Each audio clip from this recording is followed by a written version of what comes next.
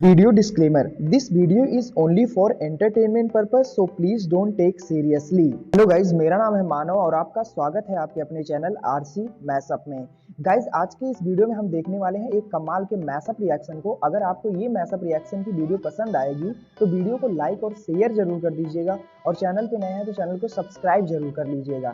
Thank you. तो guys, आगे की बात हम वीडियो खत्म होने के बाद करते हैं, तो चलिए इस कमाल के मैशअप रिएक्शन की वीडियो की शुरुआत करते हैं।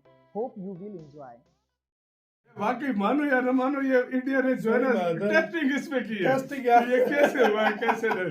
सही बात है यार। अभी अगर ये सीरियसली अगर है ना तो है तो भाई, उन्होंने कहा है, बात कर रहा हूँ। डिटेक्ट अगर करना है। मतलब ये वाकई कैपेबल है उस तरह के जो मतलब बोला है कर रहा है डिटेक्ट, ये तो मतलब हाँ भाई, तो फिर भारत को वाकई में जरूरत नहीं है। नहीं है भाई किसी चीज की स्टाइल भाई जब बिल्कुल पकड़ साफ लेगा होता तो है। भारत फिर नॉर्मल भी ले सकता है। लाजमी बात है, जब बिल्कुल। लोकेशन पता लग जाएगी किधर है जहाज। बिल्कुल यही बस, बात है, हाँ। सिंपल सी बात है। और यार मुझे जो लगता है ना, और अच्छा देखो, ये नहीं है कि सिर्फ इंडिया बोल रहा है, ये सब कुछ है। अगर तुम्हें याद हो, रशिया ने भी बोला था कि वो F-35 को डिटेक्ट कर सकता है, तो भाई और S-400 उसको पकड़ सकता है, ये भी बोला था रशिया ने। टेक्नोलॉजी हाँ। सही होगी भाई। यार कुछ नहीं हो, देखो देखो, मैं तुम्हें एक बात बताऊं, नहीं उसे डीआरडीओ चीफ से पूछा गया इन दोनों फाइटर जेट के बारे में, तो उन्होंने कहा कि दोनों फाइटर जेट काफी अच्छे और एडवांस हैं, लेकिन हमें अपने स्वदेशी फाइटर जेट पर ही फोकस करना चाहिए, यानी एमका पर, वरना हम हमेशा दूसरे प्लेटफॉर्म पर ही निर्भर रहेंगे। इस पर उससे काउंटर क्वेश्चन पूछा गया चाइना के 5th जनरेशन और 6th जनरेशन फाइटर जेट और उसके थ्रेट पर। तो इस पर डीआरडीओ चीफ ने कहा कि जो 6th जनरेशन फाइटर जेट चीन की तरफ से दिखाया गया वह 6th जनरेशन नहीं था, वह 5.5th जनरेशन का हो सकता है, पूरी तरह से 6th जनरेशन वह नहीं था। दूसरा, उन्होंने इम्पोर्टेंट बात यह कही कि 5th जनरेशन फाइटर जेट में जो सबसे इम्पोर्टेंट पार्ट होता है वह होता है उसका स्टेल्थ फीचर, जिससे वह रडार को चकमा दे देता है। यही उसकी मेन खासियत होती है, लेकिन उसको पकड़ा जा सकता है और हमारे पास वह टेक्नोलॉजी है। वहीं एरो इंडिया 2025 में भारत इस तकनीक को सबके सामने लेकर भी आ गया। यह एक गेम चेंजिंग टेक्नोलॉजी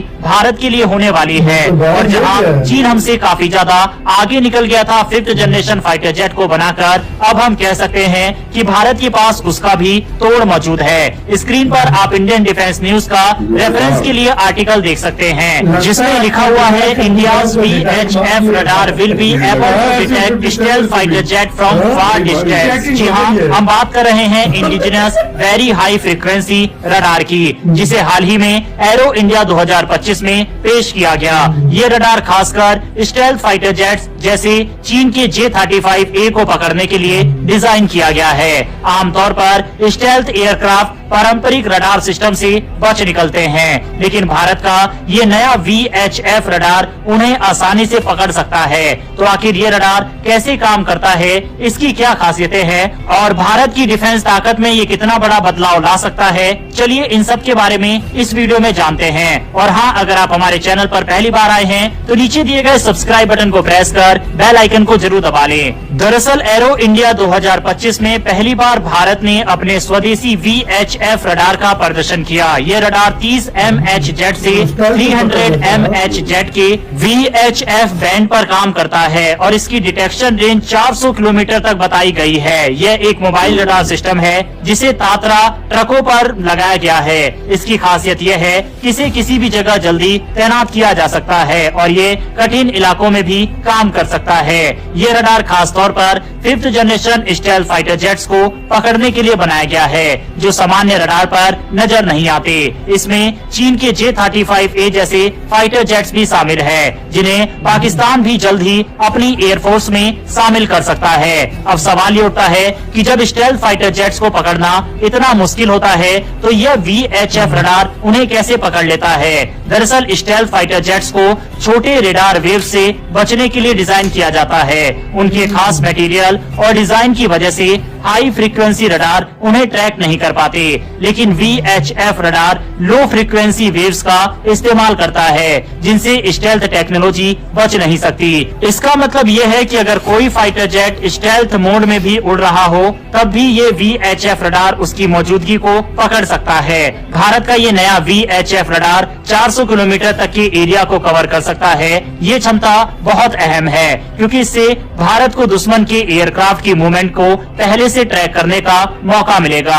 अगर कोई दुश्मन फाइटर जेट हमारे एयर स्पेस के करीब आता है तो ये रडार उसे पहले ही ट्रैक कर सकता है। स्टेल्थ फाइटर जेट जैसे चीन का J-35A जब अपनी बेस से उड़ान भरता है तब भी ये रडार उसे पकड़ सकता है। इसका इस्तेमाल बॉर्डर एरिया पर निगरानी के लिए किया जा सकता है, जिससे भारतीय वायुसेना को समय रहते कार्रवाई करने का मौका मिलेगा। वहीं जैसा कि हमने बताया कि भारत का ये VHF रडार तात्रा ट्रकों पर लगाया गया है, जिससे इसे एक जगह से दूसरी जगह आसानी से शिफ्ट किया जा सकता है। ये खास तौर पर भारत के लिए बहुत फायदेमंद है क्योंकि हमारे देश की सीमाएं बहुत लंबी और अलग अलग तरह के इलाकों में फैली हुई है। अगर किसी खास इलाके में खतरा बढ़ता है तो ये रडार वहां तुरंत तैनात किया जा सकता है। इसे रेगिस्तान, पहाड़ और जंगलों में भी आसानी से ऑपरेट किया जा सकता है।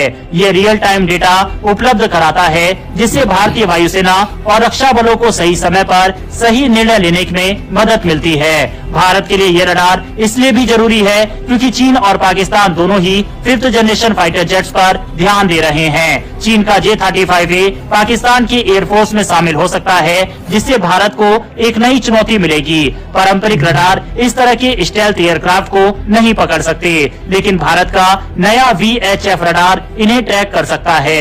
इससे भारतीय वायुसेना को सटीक और समय पर जानकारी मिलेगी, जिससे हम किसी भी हमले का जवाब जल्दी दे सकते हैं। भारत की इस कमाल की तकनीक और भारतीय साइंटिस्टों के लिए इस वीडियो पर 3000 लाइक का हम एम रखते हैं। साथ ही अगर चैनल पर पहली बार आए हैं और अगर आपको डिफेंस से जुड़ी वीडियो डेली देखना पसंद है, बाकी मानो या न मानो, ये इंडिया ने जो है ना टेस्टिंग इस पे की है। ये कैसे हुआ है, कैसे नहीं? सही बात है यार। अभी अगर ये सीरियसली अगर है ना, है भाई, उन्होंने कहा है, बात कर रहा हाँ, हूँ। डिटेक्ट अगर करना है। मतलब ये बाकी कैपेबल है उस तरह के जो मतलब बोला है कर रहा है डिटेक्ट, ये तो मतलब हाँ भाई, तो फिर भारत की बाकी में जरूरत नहीं है। नहीं है भाई, किसी चीज की स्टैंड बाय जब पकड़ लेगा तो भारत से नॉर्मल भी ले सकता है, जब लोकेशन पता लग जाएगी किधर है। बिल्कुल यही बात है, सिंपल सी बात है। और यार मुझे जो लगता है ना, और अच्छा देखो, ये नहीं है कि सिर्फ इंडिया बोल रहा है, ये सब कुछ है। अगर तुम्हें याद हो, रशिया ने भी बोला था कि वो F-35 को डिटेक्ट कर सकता है और S-400 उसको पकड़ सकता है, ये भी बोला था रशिया ने। टेक्नोलॉजी हाँ, सही है। यार कुछ भी हो, देखो मैं तुम्हें एक बात बताऊं, नहीं उसे दावा किया था यार भाई, वो बहुत एक्सपोज हो गया, 400 वो बेकार है। लेकिन मैं एक बात बता रहा हूँ, नहीं उसे दावा किया था मैं ये हाँ, बात। लेकिन और ये जो रडार है ये पकड़ सकते हैं इसको भाई, क्योंकि S-400 यूक्रेन की जंग में इंडिया ने कहा है चलो अभी F-35 नहीं है तो इसको डिटेक्ट करने के लिए जो है ना वो रडार ही हम बना लेते हैं। सही पहले बात तो इंडिया है। ने वो रडार ही रेडी कर दिया। भारत ने बोला क्या झंझट में लगेगा, अपना हमका जब बनेगा बनाएंगे, पहले रडार बनाओ, पहले रडार बनाओ, पहले और पकड़ो। एक्सपेरिमेंट आ रहे हैं हमारे, एक्सपेरिमेंट इधर कर भी लिए, सही बात है। दो जहाज आ रहे सही हैं, बोला। एक्सपेरिमेंट भी हो गया, और क्या चाहिए जब सब कुछ हो गया।